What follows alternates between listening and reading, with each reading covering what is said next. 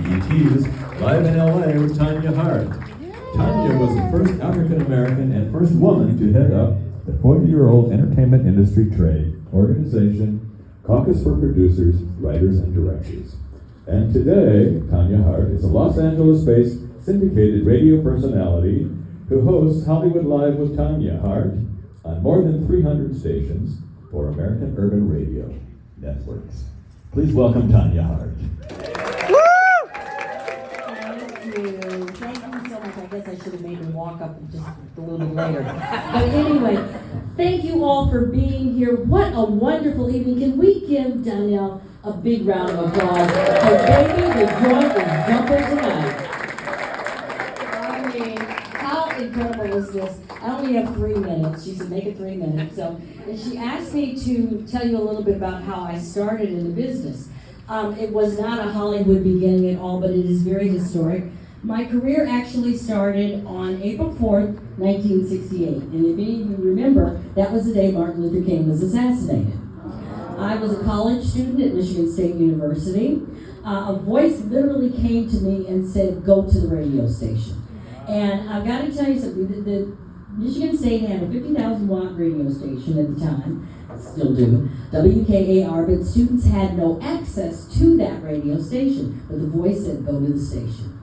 I called 2 of my music friends and I said, grab your James Brown records and whatever you got, we're going over to KAR.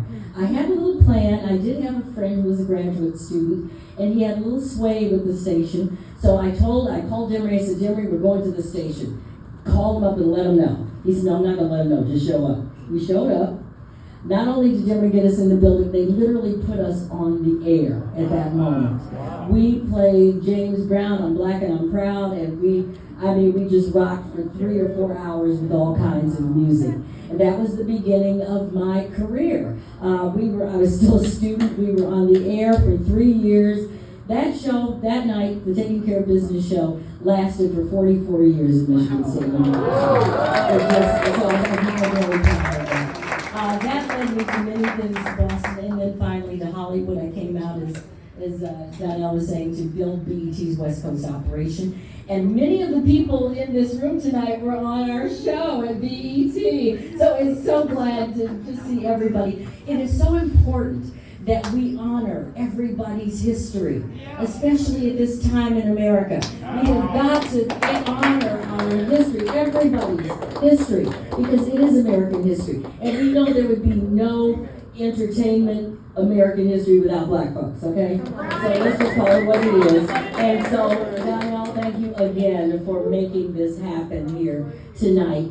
It's funny because I look at my career and I started out, I went through analog, broadcast, cable, digital, streaming, and now AI. And we're still standing. I don't know how that happens, but in all of those mediums, we've had the chance to really uplift our voices, which is so important. I mean, everybody I see here has had that opportunity.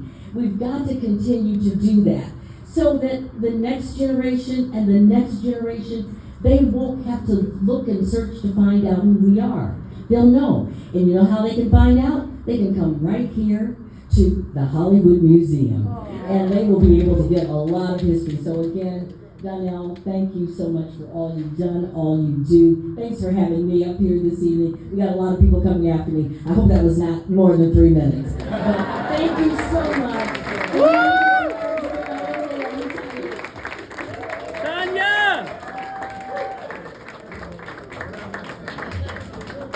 We all remember Todd Bridges, the older hit brother Willis Jackson on the sitcom Different Strokes.